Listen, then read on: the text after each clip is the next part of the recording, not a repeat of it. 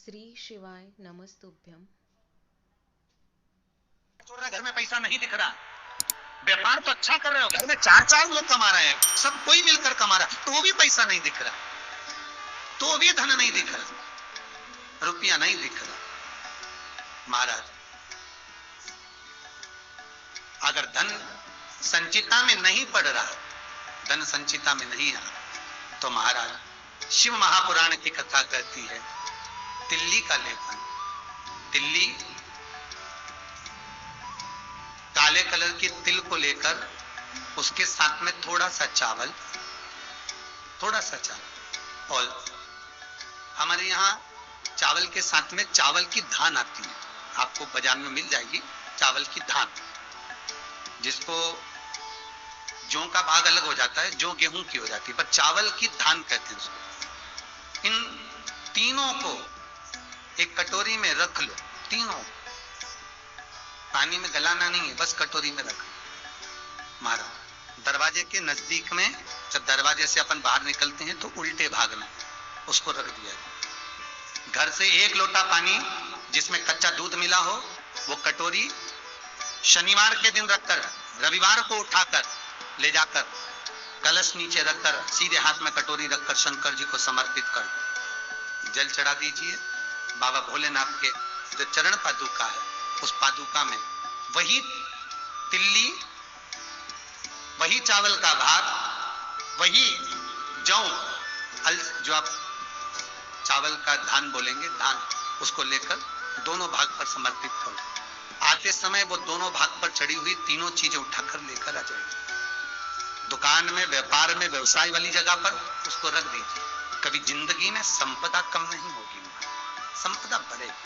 3 रविवार आपको करना। सुख की प्राप्ति के लिए, ये भूमि के दोष को मिटाने के लिए। आपको कथा में पहले भी कहा था, बार, नक्षत्र, समय, घड़ी, पल, दिन, ये जितने भी बनाए हैं मेरे महादेव ने बनाए, मेरे शंकर ने निर्मित किए। एक एक पल, एक एक घड़ी, एक एक क्षण शिव बना। हनुमान का एक स्मरण, पंचमुखी हनुमान का एक भाव। महाराज, जैसे बहुत ज्यादा तकलीफ अगर व्यक्ति को हो गई है, बहुत कष्टमय जीवन चल रहा है, हार गए हर जगह से और तकलीफमय जीवन चल रहा है, तो पंचमुखी हनुमान का एक शिव महापुराण का और स्कंद पुराण का एक बड़ा सुंदर मंत्र है। उस मंत्र को आप सब एक बार हमारे साथ में बोले। ओम नमो हनुमते रुद्र अवताराय सर्व शत्रु संहारणाय सर्व रोग हराय सर्व वशीकरणाय रामदूताय स्वाहा। बस इस मंत्र को हाथ में काली तिल लेकर, एक जौ लेकर और गूगल लेकर, थोड़ा सा उसमें गाय का घी डालकर, कंडे को या अग्नि को जलाकर इस मंत्र का 11 बार 21 बार जाप कर अपनी कामना कर छोड़ दीजिए। कैसा भी रोग हो, बीमारी हो, कष्ट हो, दुख हो, तकलीफ हो, 21 दिन के अंदर वो आनंद आना प्रारंभ कर देता है। इस मंत्र, स्कंद पुराण का, शिव महापुराण का ये मंत्र मूल बच्चा पंचमुखी हनुमान सुख दे। और एक और चीज याद रखिए महाराज, यदि कोई काम के लिए जा रहे हो, कोई व्यापार के लिए जा रहे हो या नौकरी करने के लिए जा रहे हो और लगी नहीं रही, बहुत तकलीफ पा रहे हो, सर्विस ही नहीं लग रही, बहुत कष्टमय हो गया, तो निवेदन करूंगा 5 पीपल के पत्ते पर बेसन के 5 लड्डू घर में बने हुए, गाय के घी के 5 लड्डू रख लो। उस लड्डू के बीचों बीच एक आटे का दिया और उसमें तिल्ली का तेल डालकर इसी मंत्र का प्रयोग कर पंचमुखी हनुमान का किसी भी हनुमान के मंदिर में जाकर, दक्षिण मुखी हनुमान के मंदिर में जाकर उसको रख कर आ जाइए। इसके बाद आप काम के लिए जाइए, आपका काम सफल हो जाएगा। आपको किसी को नहीं कहना पड़ेगा कि हाथ छोड़ना नहीं पड़ेगा, किसी के पाँव नहीं पड़ना पड़ेंगे, तुरंत काम। बस इस मंत्र का स्मरण कर कर पंचमुखी हनुमान का भूतेश्वर जो मंत्र है वो सुख देगा। कहीं जाकर जाकर मत रोइए, कहीं जाकर मत कहिए कि आपको तकलीफ क्या है। ना रिश्तेदारों से, ना नातेदारों से, ना कुटुंब से, ना कबीले से, ना अपनों से, किसी से नहीं कहना कि दुख क्या है। बस इतना करना कि किसी मंदिर में अगर पूजन करने जा रहे हो, आप जिस पाठ को कर रहे हो, जो पाठ आप करते हो, हमें ये भी नहीं कहना कि तुम शंकर का पाठ करो, हम तो ये भी नहीं कहेंगे कि शिव कवच करो, हम ये भी नहीं कहेंगे कि तुम हम बताएं वाला पाठ करो। तुम तो जो पाठ करते हो, तुम जो स्मरण करते हो, जो तुम मंत्र जाप करते हो, जो तुम नाम जाप करते हो, तुम्हारी मर्जी, तुम जो जपते हो, बस उस जप के समय पर कटोरी में, गिलास में, तांबे के पात्र में, पंचपात्र में जल हो, और उस जल का आचमन, उस जल का सींचन दुकान पर, घर पर रोज करना प्रारंभ कर दो। आधे से ज्यादा तुम्हारी तकलीफ, आधे से ज्यादा तुम्हारा कर्जा, आधे से ज्यादा तुम्हारा दुख तो भगवान यूं ही समाप्त कर दे। यूं ही हम जल कौन सा सींचते हैं, भगवान अपनी दुकान पर पानी कौन सा छोड़ते हैं, अपने घर पर जल कौन सा सींचते हैं। जब मटके में से भर कर लिया है, कुंड में से भर कर लिया है, अपने घर में नल में से भर कर लिया है, और वो पानी लाने के बाद में अपन सब दूर छीट दिया। अपन वो वाला पानी कभी नहीं छीटते जो रखा है, जो आराधना के लिए रखा है, साधना के लिए रखा है, जो भगवत स्मरण के लिए रखा है, हमने वो नहीं छीटा। हम तो भर कर लाए और छीट दिए। अरे भाई, बहुत दुख है, बहुत तकलीफ है, बहुत कष्ट है, कहीं मत भटको। जिससे तुम्हारी अच्छी पटे उसका स्मरण कर कर, उसका भजन कर कर, उसका कीर्तन कर कर, उसका नाम जाप कर कर। हम तो ये भी कहते हैं कि तुम जो भजन कर सकते हो, तुम जो स्मरण कर सकते हो, तुम्हारी चित्तवृत्ति में जो अच्छा हो तुम वो करना। हम भी बताएं तो भी मत करना। तुम्हें अच्छा लगे तो करो, नहीं लगे तो तुम जो कर रहे हो बहुत अच्छा करो, तुम उसको जप। तुम्हारा जपना, तुम्हारा स्मरण करना, तुम्हारी भक्ति का भाव प्रकट करना, बस दिल से, मन से, जो तुम्हारे मन में आ जाए भगवान को वो कह दो, भगवान से वो जाकर निवेदन कर दो, भगवान उसे स्वीकार कर दो। तो शास्त्र कहता है कि जिस दिन आपका व्रत है उस दिन एक काम जरूर करना कि भगवान का मंत्र जाप कर कर, भगवान का स्मरण कर कर, कटोरी में जल लेकर, पात्र में जो जल रखा हो, पूजन पाठ करते समय, स्मरण करते समय वो जल का पान अवश्य करें। उस जल का पान अवश्य करें, उस जल को अवश्य। क्या होता है जल का पान करने से? शिव महापुराण की कथा कहती है, चाहे आप हनुमान चालीसा पढ़ें, चाहे आप राम रक्षा स्तोत्र पढ़ें, चाहे आप देवी कवच करें, चाहे आपकी मर्जी पड़े, जो पाठ पूजन करें, बस एक निवेदन है, पूजन पाठ करते समय एक कटोरी में, तांबे के कलश में, एक गिलास में जल अपने नजदीक में जरूर रखें। क्या होगा उससे?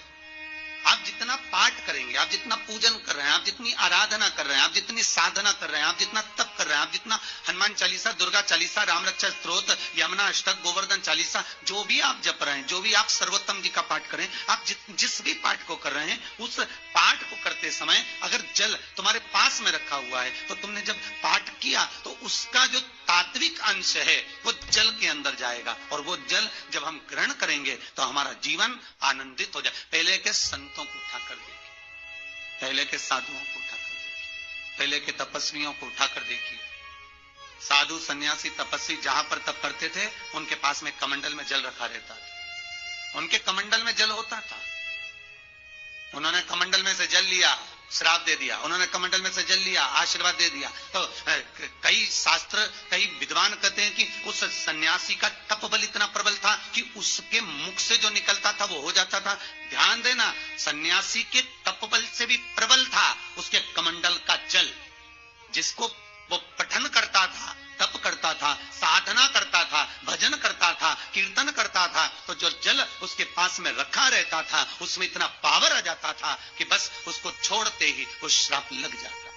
किसी मंदिर में जाए, किसी देवालय में जाए, किसी तीर्थ में जाए, उस मंदिर का जल, तीर्थ, उस मंदिर का कुंड का आनंद भाव लिया जाए। भाई, भारत की भूमि पर जितने मंदिर हैं, भारत की भूमि पर जितने तीर्थ हैं, सारी नदियां, कुंड, तालाब, छोटे छोटे सरोवर, बावड़ियां, ये सब मंदिर के पास में ही क्यों बनवाए गए?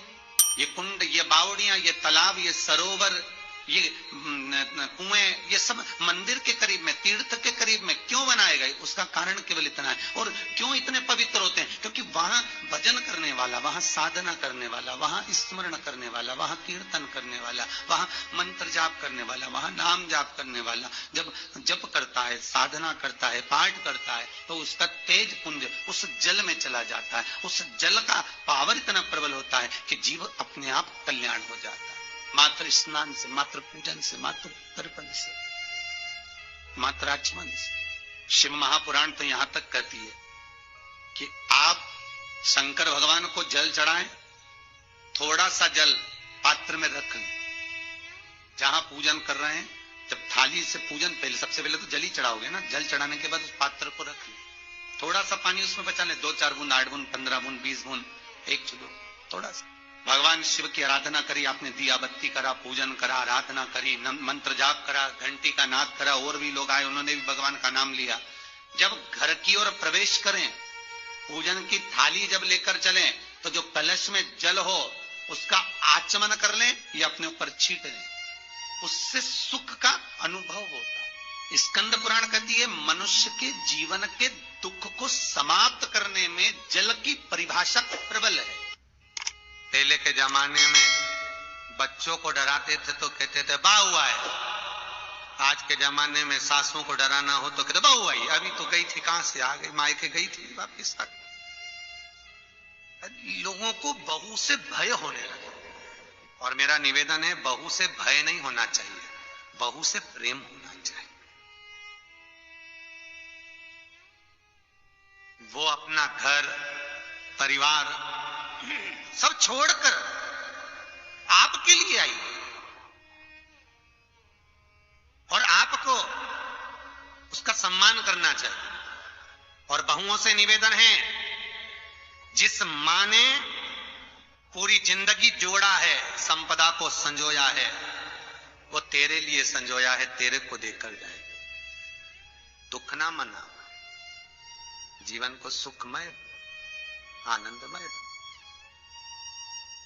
परिवार में प्रेम होना चाहिए, लक्ष्मी अपने आप खिंच कर आती है। जिस परिवार में प्रेम नहीं होता, क्लेश बाड़ा मचता है, अपनी अपनी सब सोचते हैं, वहां लक्ष्मी नहीं आती है। लक्ष्मी परिवार में जब तक रहती है जब तक प्रेम है, लक्ष्मी परिवार से जब जाती है जब वहां क्लेश मचने लगे, अशांति जहां पर होने लगे, लक्ष्मी चली जाती है।